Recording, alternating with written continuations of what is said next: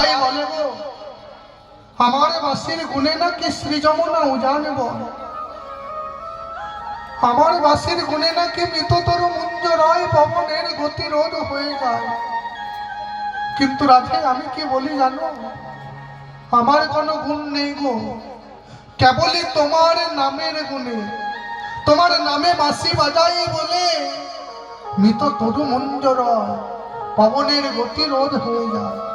রাধে এতে যদি পত্তই না হয় মদন কর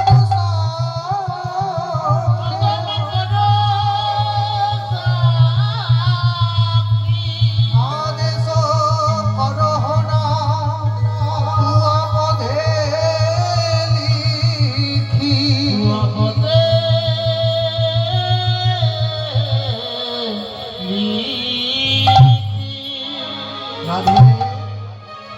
তোমার যদি বিশ্বাস না হয়, ইথে যদি পত্তই না হয়, তোমার যদি তাও বিশ্বাস না হয়, তুমি আমায় আদেশ করো, মদন করো সাক্ষী, মদনকে সাক্ষী রাখো এবং আমাকে আদেশ করো। আদেশ করো নাম কৃষ্ণ নাম তুয়া পদে লিখি। কেন? তোমার সেই চরণ তলে চরণ কমলে আমি রাধা না আমার কৃষ্ণ নামটা লিখে দিই। এতে কি হবে জানো ওগো রাধে, তোমার শ্রী চরণে ধারে রইব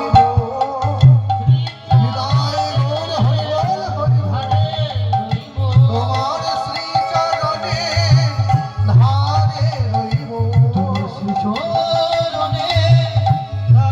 রইব। ধারে রইব মানে ওমা এইদিকে ধারে রইব মানে কি? ধারে মানে পাশে, তাই তো, চরণের পাশে ধারে। আর একটা গোবিন্দ তা বললেন না, গোবিন্দ কি বললেন? তোমার শ্রীচরণের ধারে রইব। ধার মানে ঋণ, ঋণ। আমি তোমার ঋণে থাকবো। যদি তোমার ঋণে থাকি তাহলে কি হবে দেখবেন, দোকানদার দোকানে যখন ঋণ করা হয়, ধার নেওয়া হয়, পয়লা বৈশাখে যখন ডাকে, খাতা ফেরিতে ডাকে না পত্র দিয়ে, তখন যেতে হয় না? যেতে হয়। রাধে আমি যদি তোমার শ্রীচরণে ধারে থাকি, ঋণে থাকি, যখন ডাকবে তখন দেখা হবে। হৃদয় গৌর হরি বল হরি বল, ডাকবে তখন দেখা হবে। তোমার শ্রীচরণের ধারে রইলাম, ডাকবে তখন দেখা হবে।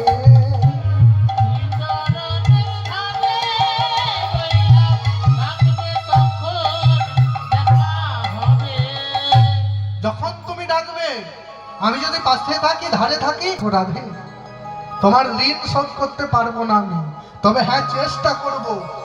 তবে এ যুগে নয়, কোন যুগে জানো? আগত কলি যুগে। তোমার ঋণ শোধ করবার জন্য আমি কি করব?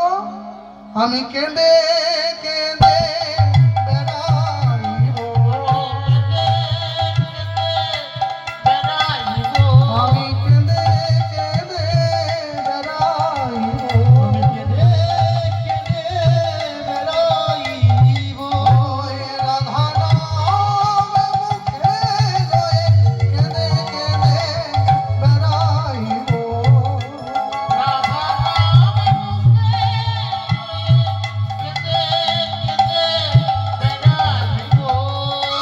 তাই রাধে তুমি আদেশ করো গো, আমি তোমার শ্রীচরণের ধারে আমার কৃষ্ণ নাম লিখি। কিন্তু রাধে কৃষ্ণ নাম লিখতে গিয়ে গোবিন্দ বলল, রাধে কি করে লিখবো গো?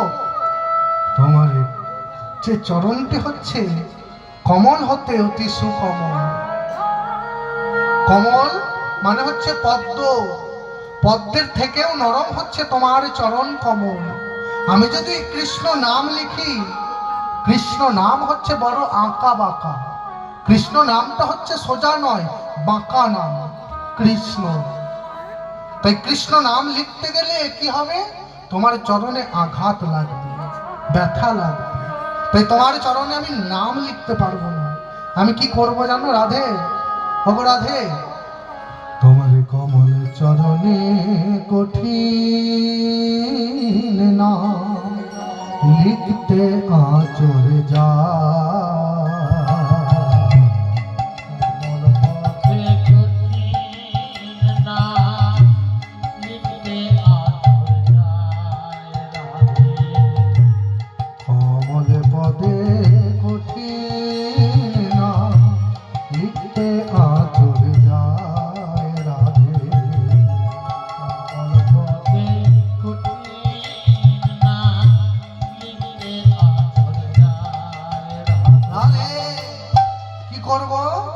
আমি তোমার চরণে লিখবো না, কোথায় নাম লিখবো জানো? শোনো তাহলে।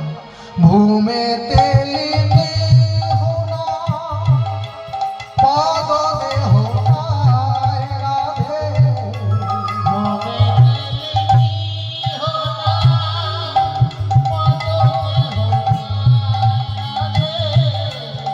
ভূমেতে লিখো না পদ দেহ পায় রাধে,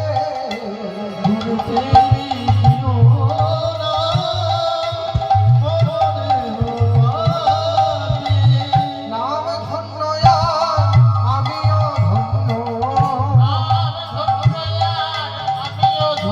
হবে নাম ধন্য আমিও ধন্য,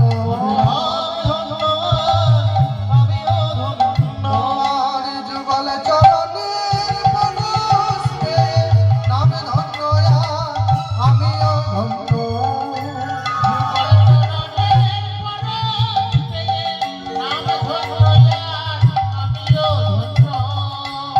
যেই না এই কথা বলেছে, এত তো বচন শুনে ধনী কপে দিতে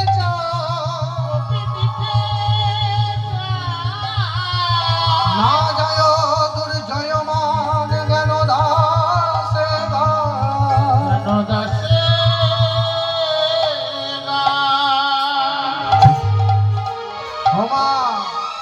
প্রথমে গোবিন্দ সাম নীতি অবলম্বন করলেন, মিষ্টি মিষ্টি কথা বললেন।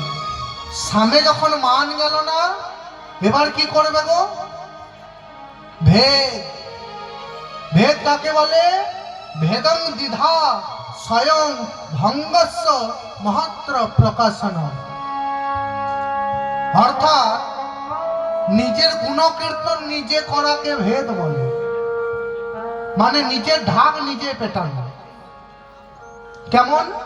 ওই যে হাত টানতে ভুলে গেছে, দুদিন পরে যাবে, হলো না, ভালোবেসে, তখন কি বলবে? এই যে তুমি আমার প্রতি অভিমান করেছো, তুমি তো ঘুটো কুড়িয়ে কুড়িয়ে খেতে, আমি তোমাকে বিয়ে করে এনেছিলাম বলেই তো মাসে মাসে লক্ষ্মী ভান্ডারটা পাচ্ছ। যদি বিয়ে করে না